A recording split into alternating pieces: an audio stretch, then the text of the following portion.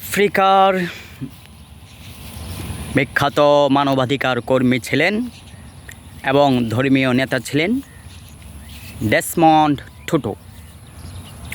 তো তিনি বলেছেন, মিশনারিরা যখন আফ্রিকায় এসেছিল তখন তাদের হাতে ছিল বাইবেল আর আমাদের ছিল জমি। তারা বলেছিল, এসো প্রার্থনা করো। আমরা চোখ বন্ধ করে প্রার্থনা করেছি।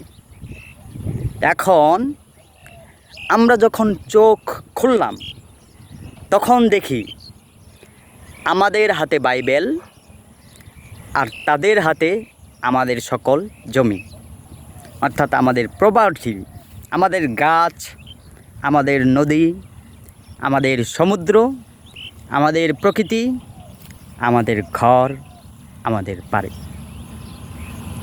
গুরুত্বপূর্ণ একটি কথা, ধর্ম মানতে হবে, ধর্মের আদেশ নিষেধ বিধিবিধান যতটুকু মানা যায় ততই ভালো।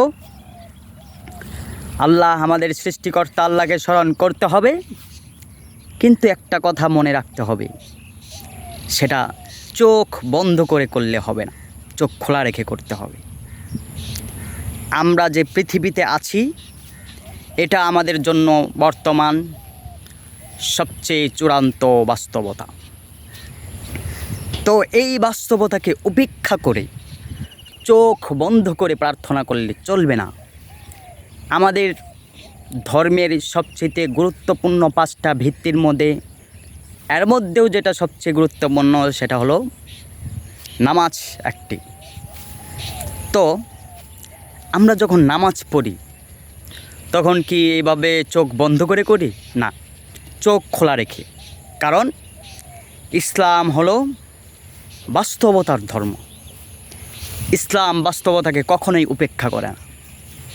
আল্লাহ তাআলার বিধান, যখন তুমি নামাজ পড়ছো তখনও পৃথিবীতে যে তুমি এক্সিস্ট করো, তুমি বিদ্যমান আছো, পৃথিবী তোমার বাস্তবতা, সেটা ভুলে যেও না, সেটা ভুলা